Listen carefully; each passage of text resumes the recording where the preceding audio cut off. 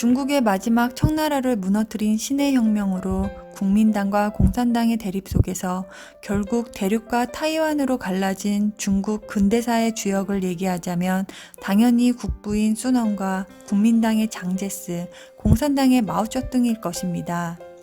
진시황 때부터 2000년 이상 내려온 전제군주 국가를 폐지하고 대륙의 새로운 공화국을 수립한 주역들입니다.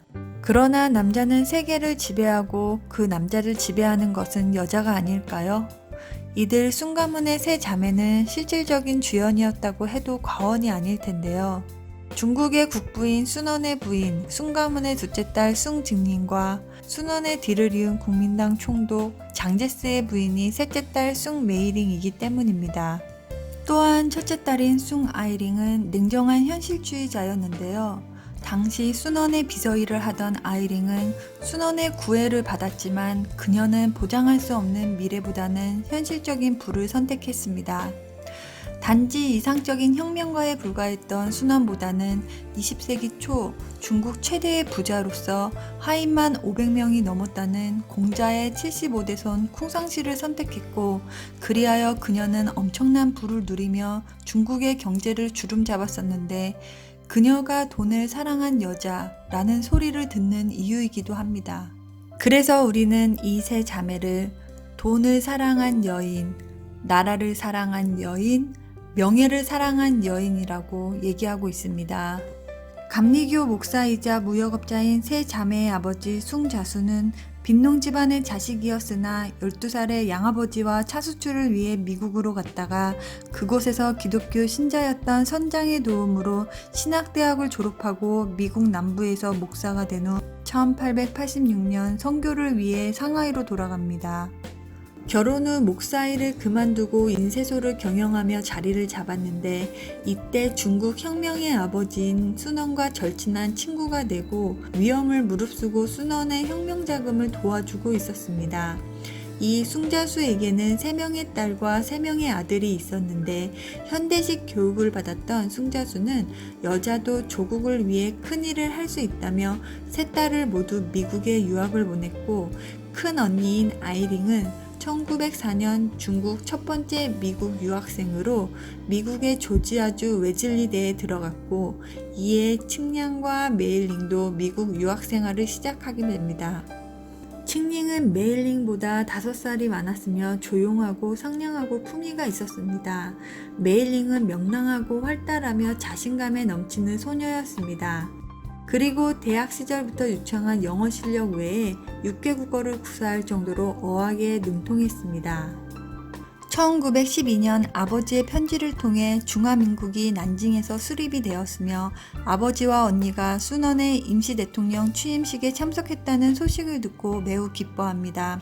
그리고 얼마 후 칭링은 웨즐리 대학에서 영문학과 학위를 딴 후 귀국을 하고 순원과 칭링은 자연스럽게 가까워집니다. 22살의 칭링과 49세의 순원, 나이 차이가 30에 가까웠지만 둘은 결혼을 결심하는데 이후 숭집안에 큰 갈등이 생기기 시작합니다. 순원은 1915년 위안 스카이군에게 패배한 뒤 일본 도쿄로 망명을 간 후 칭링과 결혼을 하는데, 이에 아버지 숭자수는 격분하며 순원과의 결혼을 반대합니다. 숭자수의 집안은 기독교인데다가 순원은 이미 헌신적인 아내와 3명의 자녀까지 있는 유부남으로 전 부인과의 이혼이 아닌 중혼을 요구했는데요. 숭자수는 다시는 순원을 만나지 않겠다며 그와 결별합니다. 결혼 이후 침착하고 사려 깊은 성격의 칭링은 주로 순원의 비서로서 연설문이나 원고를 영어로 번역하며 항상 그의 곁을 지켰고, 이로써 차츰 순원의 이념과 사상을 익히며 함께 활동하게 됩니다.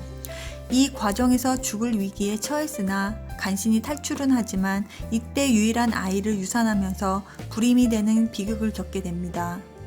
안타까운 운명은 1925년 베이징에서 순원이 간암으로 세상을 떠나면서 칭링은 결혼 10년 만에 미망인이 되는데 그녀의 나이 32살이었습니다. 그는 죽으면서 모든 재산을 아내 칭링에게 남긴다는 유언을 남깁니다.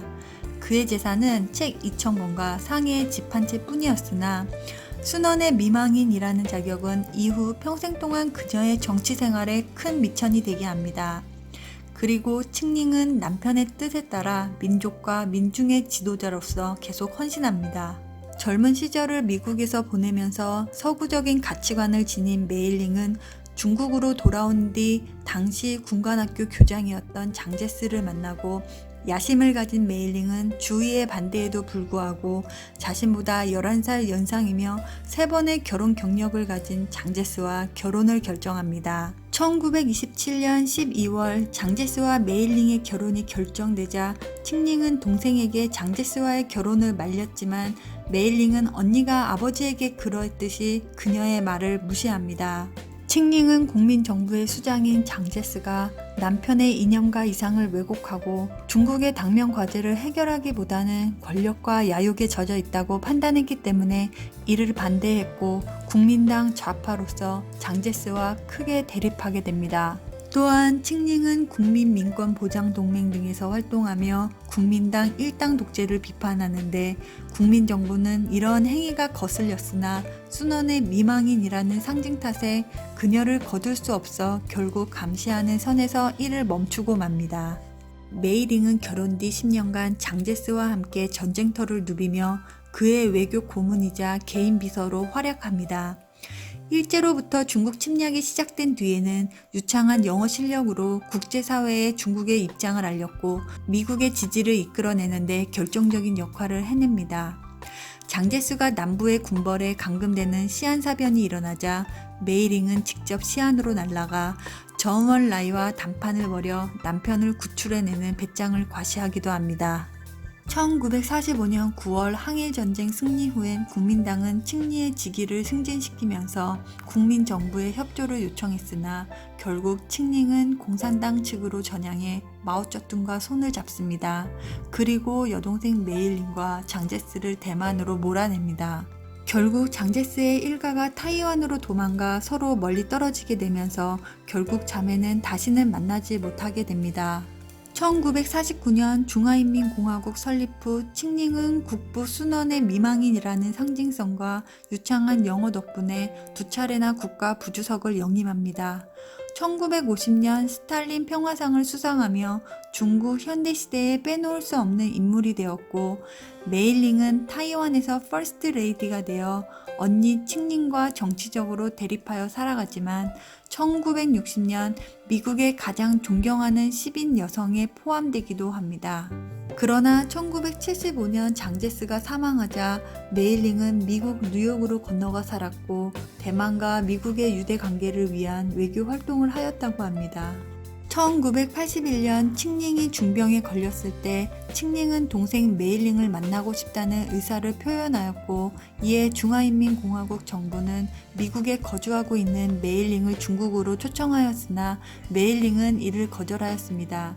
결국 숭시자매는 상봉의 기회를 가지지 못하고 세상을 떠나게 됩니다. 2003년 메일링이 106세의 나이로 세상을 떠나면서 이로써 중국 근대사의 산 증인으로 세계의 이목을 집중시켰던 송가 황조의 세 자매는 모두 역사 속으로 사라지게 됩니다.